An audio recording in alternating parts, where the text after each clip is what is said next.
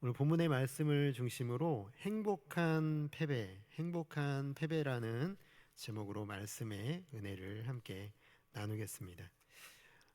우리 성도 여러분들께서 다 기도해 주셔가지고요. 오늘 교육자 수련회를 잘 마치고 복귀했습니다. 오늘 교육자 수련회 아침에 이제 참 공교롭게 그 교육자 수련회 때 항상 제가 수요예배, 사역반 예배 설교더라고요. 공교롭게도 참 그렇게 하려고 한 게 아닌데, 그래서 항상 이게 아침마다 그 산책을 하는데 오늘도 경주를 다녀와가지고요. 경주를 산책하면서 제가 사진을 한 장 찍었거든요. 한번 보여주시겠습니까? 네. 잘 찍었나요? 네. 여기 혹시 어딘지 아시나요? 네. 경주인 건 알고요. 이 무덤의 이름, 여기가 그 금관총이라고 합니다. 그 이름에서 딱 아시겠죠? 그러니까 이 신라의 금관이 출토된 그 무덤이 이곳이래요. 근데 이상하지 않습니까? 여러분 좀 이상하게 생각하지 않으세요? 보통 이렇게 큰 무덤의 주인은 사람이잖아요. 그래서 사람의 이름을 붙이잖아요. 그래서 뭐 그 경주에도 보니까 무열왕릉 뭐 이렇게 있고 릉은 이렇게 하는데 왜 근데 이름이 릉과 총이 다를까? 이렇게 제가 궁금해서 찾아봤더니 그 릉은 왕과 왕비의 무덤에만 붙이는 거래요. 릉. 그러니까 무열왕릉, 문무왕릉 뭐 이렇게.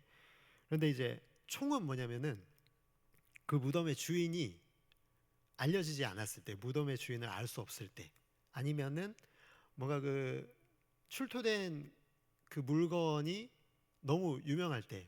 근데 이제 지금 이 금관총 같은 경우에는 출토될 당시에는 주인이 누군지 몰랐대요. 그런데 나중에 보니까, 그러니까 금관만 발견되니까 분명히 왕의 무덤이긴 한데 이름을 알 수가 없는. 근데 이제 이름이 나중에 이사지 왕, 신라의 이사지 왕이라고 밝혀지긴 했는데 그의 이름만 알려질지 뭐 그에 대한 기록들이 거의 없다고 합니다. 참 오늘 그 산책하면서 좀 이 사진을 좀 찍으면서 좀 생각한 게 뭐냐면, 분명히 무덤의 주인에게는 수많은 그 이야기들, 그 인생의 이야기들이 담겨 있을 텐데, 희로애락이 있고 기쁨과 슬픔과 또 고통과 또 눈물의 시간들이 있을 텐데, 그렇게 수많은 이야기가 담겨 있음에도 그저 이제 하나의 무덤이고, 그리고 그곳의 무덤의 이름도 그 왕의 이름이 아니라 금관의 이름으로 더 유명해진 뭐 그런 생각을 하면서 참 좀 왠지 모르게 그 서글픈 느낌이 좀 들었습니다. 아무도 기억하지 못하는 인생의 이야기, 그저 쓸쓸한 무덤으로 남을 수밖에 없는 인생이 우리가 살아가면서 무슨 의미를 찾을 수 있을까? 여러분은 어떤 생각이 좀 드십니까?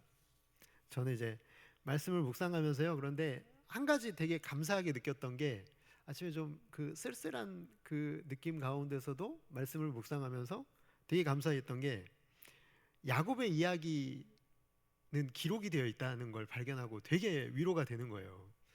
왜냐하면 그 야곱이라는 사람의 인생의 이야기도 사실은 아무도 몰랐을 수 있잖아요.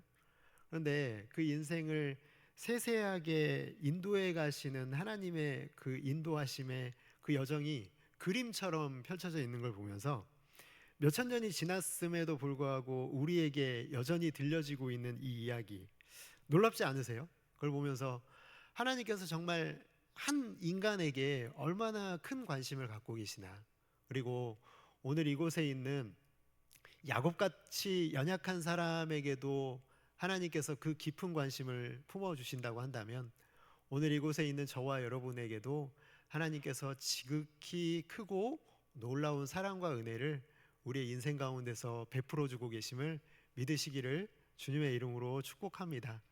우리 옆에 계신 분과 함께 이렇게 한번 인사해 볼까요? 하나님이 정말 관심이 많으세요. 이렇게 인사하시기 바랍니다.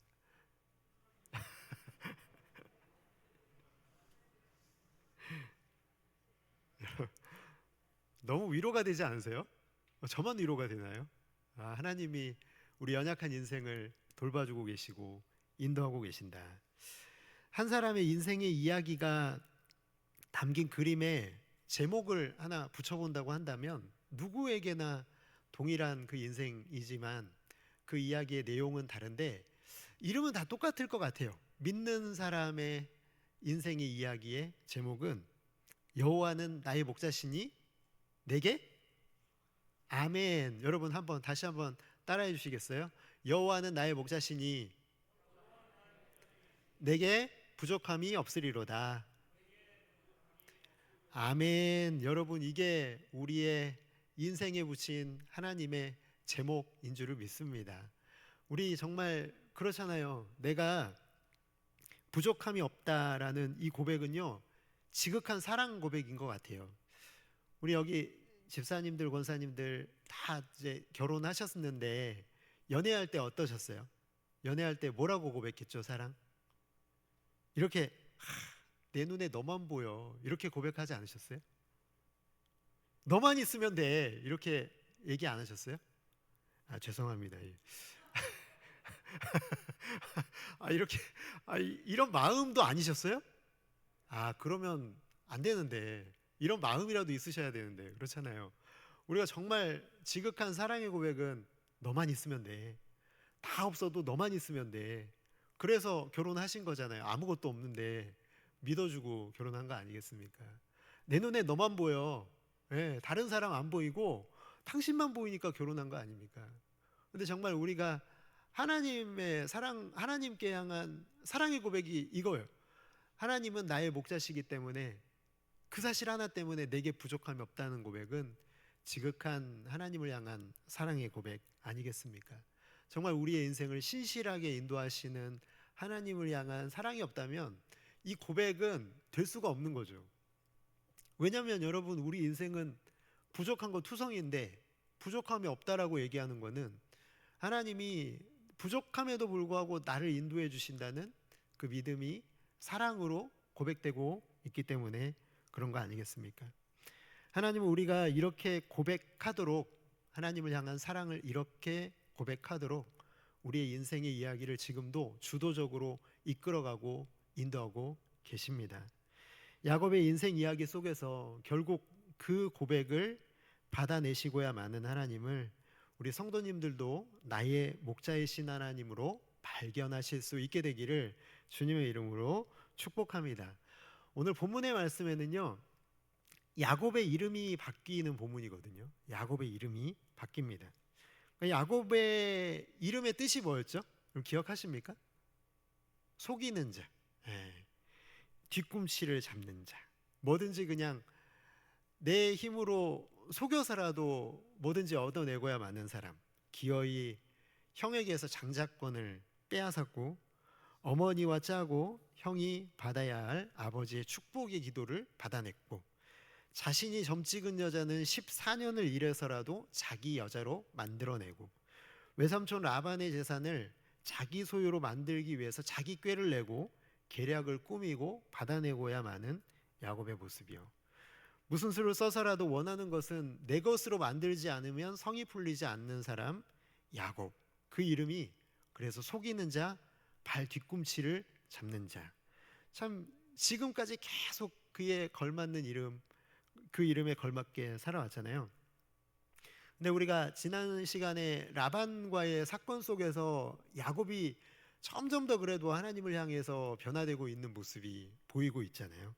위기 때마다 도우시는 하나님을 경험했고 하나님을 향한 하나님이 살아계시다는 걸 알고는 있었지만 그런데 문제는 뭐냐면 정말 깊이 하나님과의 교제 속에서 알고 있지는 못하다는 거예요. 에서와의 만남 속에서요, 이제 야곱의 이 연약함이 적나라하게 드러나게 됩니다. 이 야곱이 얼마나 그가 천성적으로 정말 세상적으로 그리고 하나님 보시기에 연약하고 부족한 인간인지가 드러나는데요. 5절을 우리가 읽지는 않았지만 이제 에서를 만나게 되는 장면에서 앞서서 심부름꾼을 보내서 안부를 묻게 합니다. 근데 이제 그가 이 야곱이 기대한 건 환대였죠. 이제 에서 형이 마음을 풀고 시간이 오래 지났으니까 이제 그 기억을 다 잊고 나를 환대하리라 생각하고 안부를 물으러 보낸 거예요. 걱정도 되지만 한편으로는 이런 기대감이 있는 거죠. 그런데 심부름꾼이 보냈던 심부름꾼이 돌아와서 하는 보고는 뭐냐면은 에서가 400명을 이끌고 자신을 만나러 오고 있다는 거예요. 의도를 알 수가 없는 거예요. 그냥 이 심부름꾼의 말만 들으면 에서가 지금 치러 오는지 아니면 정말 그냥 환대하기 위해서 오는지를 알 수 없지만 지금까지의 경험을 놓고 볼 때 에서라는 이 형의 성향을 볼 때 전자가 확률이 높은 거죠. 자신을 치기 위해서 400명이나 데리고 오는 거예요. 아니 환대하러 오는 거면 조촐하게 와야 되는데 400명의 군사를 이끌고 왔다는 것은요, 분명히 뭔가 이런 물리적인 폭력의 방법을 쓰기 위해서 올 확률이 대단히 높다라는 거예요. 7절의 말씀을 보면요, 그래서 야곱의 이 마음이 어땠냐면 두렵고 답답했다. 정말 그 상황이 이제 정말 눈앞에 다가오니까 너무너무 힘이 드는 거죠. 그도 그럴 것이요, 형이 마음이 누그러질 것이라고 생각했는데 그렇지 않다는 것을 확인하게 되는 순간 지금 이 상황은 극도로 지금 심각해진 상황이 되었습니다. 그러면 여러분, 이렇게 상황이 심각해지고 에서와의 이 관계 문제 여전히 해결되지 않고 내 삶에 찾아온 이 문제는 내가 해결할 수 없으면 어떻게 해야 되죠? 지금까지의 경험으로 보면 그가 믿음이 있기 때문에 뭘 해야 됩니까? 기도해야 되는데 32장 7절에 보니까 그가 이렇게 합니다. 야곱이 심히 두렵고 답답하여 자기와 함께 한 동행자와 양과 소와 낙타를 두 떼로 나누고 이르되 에서가 와서 한 떼를 치면 남은 한 떼를 피하리라. 여전히 두 떼로 나누고 피해를 최소화하는 방법 먼저 생각해요. 뭐가 먼저여야 되는데, 기도가 먼저여야 되는데 기도보다는 자신의 꾀를 먼저 내고 있는 야곱의 모습이 나타나 있죠. 32장에 들어와서요, 그는 이미 마하나임 하나님의 군대를 경험했거든요. 하나님의 군대를 경험했음에도 불구하고 여전히 그 경험은 또 온데간데 없고 라반과의 만남 속에서도 하나님의 보호하심, 꿈에 나타나신 하나님의 보호하심이 있음에도 불구하고 그 경험이 그를 여전히 하나님과의 더 깊은 신뢰관계로 이끌지 못했던 것을 보여주고 있죠. 여전히 내 머리, 내 힘, 내 노력, 내가 이 문제를 해결해야 된다는 생각이 기도보다 앞서 있는, 하나님을 신뢰하는 것보다 앞서 있는 그 삶의 태도가 야곱의 모습 속에 나타나 있습니다. 그 후에야 야곱이 기도를 하는데 어떤 기도를 하냐면, 하나님 그동안에 지켜주시겠다는 약속 잊지 말아달라고 이제서야 기도를 합니다. 그런데 기도를 했으면 믿어야 되잖아요. 근데 야곱의 행동이 얼마나 기가 막히냐면 형 에서에게 줄 예물을 세 떼로 나눕니다. 이번엔 또 세 떼로 나눠서 첫 번째 떼를 보내면서 형이 마음을 풀도록, 두 번째 떼를 또 만나면서 또 마음이 풀리고, 세 번째 때를 만나면 또 마음이 풀리기를 바라면서 예물도 아주 머리를 써서 자기의 꾀를 이용해서 그렇게 보냅니다. 그런데 이상한 건 이렇게 꾀를 내고 이렇게 애썼는데도 불구하고 야곱의 마음에 두려움이 사라졌냐? 그렇지가 않다는 거예요. 이상하죠? 꾀를 내고 이 꾀가 통할 것이라고 생각하면 마음이 편해야 되는데, 이건 확실해 라고 생각해서 내가 했으면 여기에 대한 확신을 갖고 그럼 안심하고 잠을 자야 되는데 그 밤에 잠이 안 오는 거예요. 잠이 안 오는 겁니다. 여러분, 왜 그랬을까? 왜 그랬냐면 인간의 꾀이기 때문에 그래요. 내 꾀를 이용해서 이 문제가 해결될 수 있다라는 확신이 들지 않는 거죠. 여러분, 그렇게 마음이 정말 번민하는데 그 밤에 참 진짜 해서는 안 되는 그런 행동을 야곱이 하는데 22절과 23절은 같이 한번 읽어볼까요? 자, 시작. 밤에 일어나 두 아내와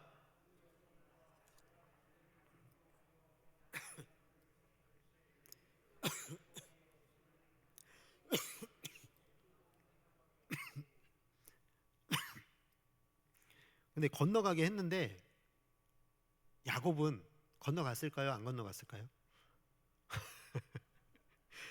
아, 종들 보내고 심지어 가족도 먼저 건너 보냈어요. 자기는 안 가요. 정말 야곱, 에서라는 인생 최대 위기를 만나니까 그의 밑바닥까지 보이는 거죠. 그가 살아온 삶, 그의 이름, 속이는 자, 뒤꿈치를 잡는 자, 그냥 살아왔던 방식대로 여전히 자기는 뒤에 빠지고 앞서 보내는, 참 이기적인 그 본성. 여러분, 사람이 또 왜 안 그렇겠습니까? 사람이 이기적이죠.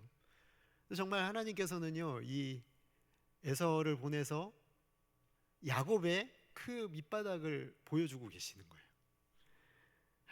이런 연약한 모습의 야곱, 여러분, 하나님 나라를 위해서 쓰임 받을 수 있을까요? 이렇게 연약하고 이기적인 그 속이는 자라는 이름을 가지고 있는 사람을 하나님 나라의 사람으로 쓸 수 있을까요, 여러분? 여러분, 야곱이라는 이름, 오늘 사기꾼이라는 이름이 내 이름인데 그리스도인이라고 밖에 나가서 나 그리스도인인데 이름이 뭐예요? 물어보면 예, 사기꾼입니다. 이렇게, 이건 정말 아니잖아요. 그 사람을 겪어보면 아, 이 사람이 사기꾼이라, 아, 이름대로 살아왔구나. 그렇다고 한다면 여러분, 하나님 나라를 위해서 쓰임 받을 수 있을까요? 그게 안 된다는 거예요. 지금까지 어떻게 살아왔는지는 몰라도 그 이름을 가지고는 하나님 나라의 사람으로 쓰임 받고 하나님 나라의 사람으로 하나님의 뜻을 이루는 건 불가능하다라는 거예요. 인생의 위기 앞에서는 아내고 아들이고 가족이고 다 필요 없고 비정한 이 모습의 야곱은요, 세상에 복이 되는 존재로 하나님께서 쓰실 수가 없는 존재였다라는 거예요. 야곱을, 속이는 자를 하나님께서 사용하시기에 적합한 모습으로 만들어내시기 위해서 야곱의 인생에게 보내신 시한폭탄 같은 존재가 에서라는 거예요. 여러분, 시한폭탄의 특징이 뭐죠? 시간을 맞춰놓으면 그 시간이 되면 빵 터지는 거잖아요. 야곱은 몰랐을 거예요. 그 시간, 그 시한폭탄, 에서가 시한폭탄이라는 것을. 야곱은 시간이 지나면은 해결될 거라고 봤어요. 그런데 해결이 되지 않았다라는 거예요. 시간이 되었고 조용히 터지기만을 기다리고 있는 폭탄이었다라는 것을 알게 된 겁니다. 야곱의 삶에요, 자기 힘으로는 도저히 해결할 수 없는 문제에 부딪히게 된 야곱의 모습이 바로 에서와의 문제라는 거예요. 여러분, 정말 겉으로 보기에 참 나이스하게 신앙생활 하시는 분이 정말 많으신 것 같아요. 말씀도 점잖게 하시고 외모도 어떻게 자신을 가꿔야 되는지도 잘 알고 계시고 다른 사람들에게 멋지고 나이스한 모습을 보이시는 분들 정말 많습니다. 신앙생활에 그냥 나이스하죠. 내 힘, 내 노력으로 지금까지 잘 살아왔다고 자부하시는 분들. 근데 문제는 하나님과의 관계마저도 나이스한 거예요. 신앙생활이 나이스한 것처럼 하나님과의 관계도 너무 나이스합니다. 지킬 것 지키는 사이, 그리 가까워 보이지는 않는 관계. 그렇다고 그분들이 기도하지 않는 건 아니에요. 인생의 위기가 터지면 또 간절히 기도합니다. 그러나 문제가 해결되면 다시 하나님과의 관계는 나이스한 관계로 돌아가 버리고 말죠. 이렇게 나이스하게 신앙생활 하시는 분들에게 하나님은 야곱에게 에서라는 시한폭탄을 보낸 것처럼 해결 불가능한 문제를 시한폭탄으로 던져 놓으십니다. 우리의 인생에 평생 나 있어야 할 거라고 생각하지만 그렇지 않은 거예요. 시간이 되면 그 문제는 시간이 되었을 때 폭탄처럼 터지게 되어 있습니다. 해결 안 되는 문제가 생기죠. 친구가 배신을 하고 사업이 어려워지고 가정에 문제가 생기고 모든 인간관계가 끊어질 위기에 처하고 자부했던 건강마저도 무너지는 일들이 생기는 경험을 하게 됩니다. 그동안에는 내 능력으로 이런 것들을 해결할 수 있었는데 이런 더 이상은 내 능력으로는 도저히 해결할 수 없는 상황에 하나님께서 부딪히게 하신다는 거예요. 도저히 이런 해결 불가능한 문제들 앞에 서 계신 분이 계신다면 한 번쯤은 분명히 의심해 보셔야 합니다. 이게 하나님이 던지신 시한폭탄이 아닌가? 우리는 반드시 점검해 봐야 되는 거죠. 그런데 여러분, 오해하지 마셔야 되는 것은 이렇게 하나님이 던지신 시한폭탄은요, 그 사람의 생명을 해치려고 보내신 게 절대로 아니라는 거예요. 오히려 하나님 없이 살아온 인생을 만나시기 위해서 던지는 은혜의 폭탄이라는 거죠. 은혜의 폭탄이요. 하나님이 던지셔서 터질 그 시기에는 하나님의 은혜 없이는 이 문제를 해결할 수 없어서 하나님만 의지하고 하나님만 바라보게 하는 그 폭탄을 하나님께서는 그런 분들의 인생 가운데 던지십니다. 그 시한폭탄이 은혜의 폭탄이 이유는요, 나는 이런 문제 앞에서는 소망이 없는 죄인임을 드러내서 하나님 앞에 무릎 꿇리게 하시기 위함입니다. 내 힘과 능력으로 해결할 수 있는 문제가 아니라 하나님이 해결해 주셔야만 내 인생 가운데 이 문제를 해결할 수 있기 때문에 하나님 앞에만 무릎 꿇고 하나님 앞에만 항복하는 그런 경험이 우리 모두에게 있지 않습니까? 하나님이 보내신 이 폭탄, 시간을 멈출 수 없는 이 은혜의 폭탄이 던져지고 그리고 터졌을 때에 내가 온전히 주님 앞에 굴복해서 주님 앞에 항복하고 주님의 통치하심을 받게 되는 은혜가 이곳에 계시는 사랑하는 모든 성도분들에게 넘쳐나게 되시기를 주님의 이름으로 축복합니다. 그렇다면 이 폭탄은 어떻게 해체할 수 있을까요? 어떻게 해결될 수 있을까요? 창세기 32장 24절은 이렇게 되어 있습니다. 야곱은 홀로 남았더니, 홀로 남았어요. 하나님께서 야곱을 홀로 남아있게 하십니다. 그 밤에 이 속이는 자 야곱이 고민 많이 했을 것 같아요. 도망갈까? 그동안 살아온 것처럼 그냥 도망가면 편한 거 아닌가? 나만 살면 되잖아. 이런 생각 했을 것 같아요. 야, 너 네 이름 야곱이야. 그냥 살던 대로 살아. 지금 너 애서 만나면 다 죽는데 너 살 것 같아? 너라도 살아야지. 빨리 도망가. 이런 마음 있었을 것 같아요. 그런데 또 한편으로는 어떻게 도망을 가나? 내 가족이 있는데 어떻게 사람이 그래? 그리고 하나님이 나 지켜주신다? 약속하셨잖아. 그걸 믿어야 되나? 도망을 가야 되나? 그 밤에 홀로 남아서 많은 고민을 했을 것 같습니다. 그때 참 누군지 모를 사람이 자기를 죽이려고 달려들죠. 이 야곱을.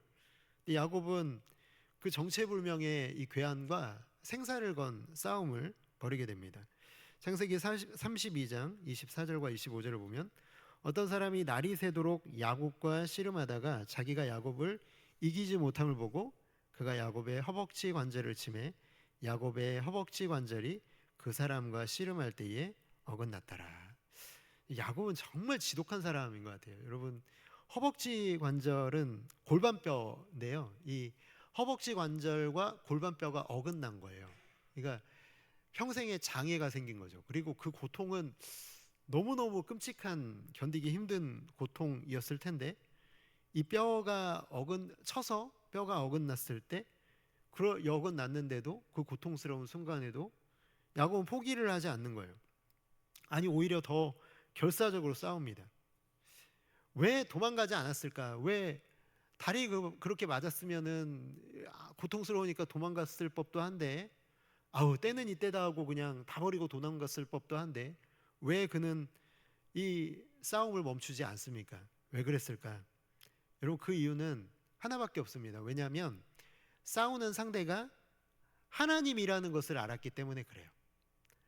하나님이 지금 나의 싸움 상대라는 걸 알았기 때문에 26절에 보면은 당신이 내게 축복하지 아니하면 가게 하지 않겠나이다 하면서 물고 늘어진 것이죠. 여러분 하나님이 축복하시지 않으면 가게 하지 않겠습니다. 여러분 이게 야곱의 입에서 나올 만한 말은 절대 아니거든요. 왜냐하면 야곱의 살아온 인생은 그런 인생이 아니에요. 내 힘으로 살아왔잖아요. 내 능력으로 문제를 헤쳐나왔는데 이제 누구만 의지하고 있어요? 오직 하나님의 축복만 의지하고 있는 거예요. 하나님의 역사하심, 하나님의 도와주심이 아니면 나는 여기서 살아나갈 수가 없습니다라는 고백을 야곱이 하고 있다는 거예요.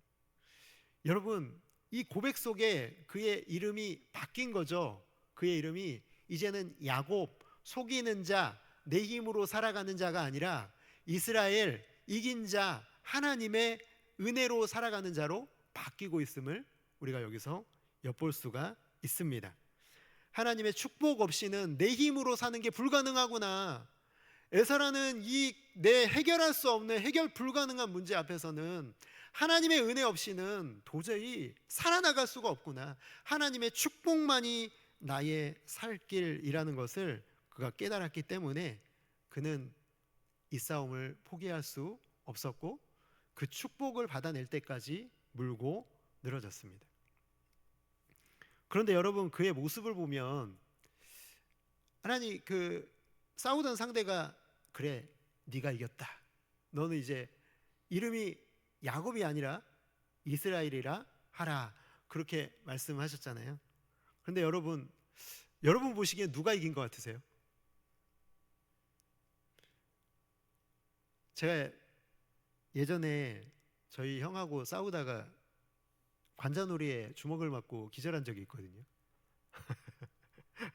그렇게 기절했는데 그 뒤에 제가 또 겁도 없이 또 덤벼들어서 싸웠는데 그때 형이 제대로 못 때리더라고요. 왜 그런지 아세요? 죽을까 봐, 기절할까 봐 이제 함부로 못 때리는 거예요. 그래서 제가 막 울면서 붙들고 막 이러면서 막 때렸는데 그때 형이 뭐라고 그러냐? 알았어 내가 졌어 야 그만해 내가 졌다.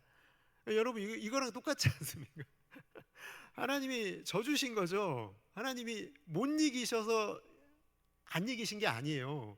여러분 이길 수 있으시지만 누가 져주신 거예요? 하나님이 져주신 거예요. 여러분 우리는 이걸 깨달았으면 좋겠습니다. 저도 행복한 싸움이 있어요. 그리고 여러분 우리가 하나님과 겨뤄서 싸우는 순간에 하나님이 우리에게 져주신 거지 우리가 하나님을 이긴 건 아닙니다. 그걸 우리가 꼭 기억했으면 좋겠습니다. 야곱은 이 야복 강가에서 평생을 안고 살아가야 할 장애를 갖게 되었지만 근데 이 장애는 짐이나 형벌이 아니라 축복과 약속의 징표로 그의 삶에 평생 기억되었을 거예요. 그 다리를 보면서 다리를 절면서 항상 그래 내가 살아가야 될 방법은 이제 속이는 자가 아니라 내 힘으로 사는 게 아니라 바로 하나님의 은혜로 사는 거야. 하나님의 축복을 받지 않으면 보내줄 수 없게 하고 말 거야 라는 이 결단이 이 야곱의 마음속에서 평생 그 상처를 그 아픔을 보면서 기억나지 않았겠습니까? 사랑하는 성도 여러분, 저도 행복한 싸움하시기를 주님의 이름으로 축복합니다. 우리가 이런 행복한 사람입니다. 졌지만 행복한 사람들. 왜입니까? 이제는 도망칠 필요가 없게 됐어요. 여러분 이제 야곱은요 강을 담대히 건너갑니다. 야복강을 담대히 건너갑니다. 그리고 맨 앞에 섭니다. 놀랍죠? 그렇게 두려워했던 사람이 이제는 앞에 섭니다. 내 힘과 능력으로는 두려워서 밤내 잠도 못 이루고 자기 힘으로 뭔가 계획을 잔뜩 세웠지만 세워놓고 실행하면서도 불안해했던 이 야곱이요 이스라엘이 된 그 야곱은 이겼다고 하지만 이겼다고 말할 수 없는 진 것 같은 그 몰골의 이 야곱은요, 놀랍게 변합니다. 이제는 그 앞에 섭니다. 이제는 두려워하지 않습니다. 이제는 담대하게 나아갑니다. 이제는 에서와의 만남을 두려워하지 않는 존재가 되었다는 거예요. 하나님을 경험하고 나면 이렇게 바뀌죠. 원수가 변하여 친구로 변한다. 에서를 만날 때 이제 적이 아니라 나의 생명을 해하는 그 대적이 아니라 이제 가족으로 보이고 형으로 보이는 기적이 일어납니다. 사랑하는 성도 여러분, 여러분에게도 이 압폭강의 체험이 있기를 주님의 이름으로 축복합니다. 내 힘으로 사는 인생을 멈춰서게 하시는 그 싸움을 걸어오시는 하나님, 내 힘으로 사는 자를 멈춰서게 해서 하나님의 백성답게 살도록 만드시는 싸움이 없으면요, 평생 우리는 그렇게 살 수밖에 없어요. 두려워하고 쫓기고 담대하지 못한 삶을 살 수밖에 없습니다. 근데 하나님께서는 그걸 두고 보시지 않죠. 우리를 인도하시는 하나님은요, 끝까지 너 그렇게 살면 안 된다, 너 그렇게 살도록 만든 존재가 아니야, 언제쯤 깨달을래? 그러면서 우리에게 에서라는 이 시한폭탄 같은 존재를 우리의 삶에 던져 놓으시면서 우리에게도 싸움을 걸어 오십니다. 여러분, 하나님의 마음이 있습니다. 하나님의 마음이 이렇죠. 반드시 그 폭탄을 두시고 그 폭탄을 해체할 수 있는 것은 하나님을 의지하는 마음, 하나님의 축복을 바라는 그런 인생으로 바꿔 주신다는 거예요. 여러분, 하나님은요, 싸움 얼마든지 이기실 수 있습니다. 옷을 붙잡고 늘어지면 팔을 부러뜨리실 수도 있고 다리도 부러뜨리실 수 있고 온몸이 움직이지도 못하게 하고 그냥 가실 수 있어요. 그러나 하나님은 우리에게 저도 행복한 싸움을 하나님도 우리에게 걸어오시고요, 우리에게도 똑같이 저도 행복한 싸움을 걸어오셔서 우리에게 진정한 행복이 무엇인지를 알게 해주신다는 거예요. 이제 우리가 하나님의 은혜에 묶인 존재가 되었고 하나님의 은혜로만 만족할 수 있는 존재가 되었고 하나님과 함께 걸어가야만 행복하고 기뻐하는 존재가 되었다는 것은 우리의 이름이 이제는 야곱이 아니라 이스라엘이라는 거예요. 사랑하는 성도 여러분의 이름은 야곱이 아니라 이스라엘이 되었음을 꼭 기억하시기를 주님의 이름으로 축복합니다. 여러분은 누구시라고요? 나는 이스라엘이다. 한번 따라해 보시겠습니까? 나는 누구다? 야곱입니까? 아멘. 여러분 다 이스라엘이라는 사실을 기억하시기 바랍니다. 저와 여러분이 그렇게 변했습니다.